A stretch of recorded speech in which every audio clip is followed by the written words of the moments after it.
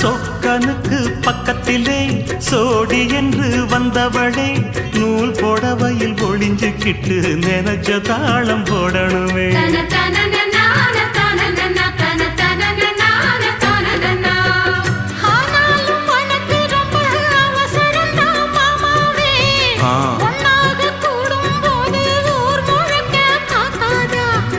பார்த்தாலும் தவறு இல்ல பனியுறங்கும் ரோசாவே உன்னால சொத்த வச்ச மூக்குலதான் வைக்காதா.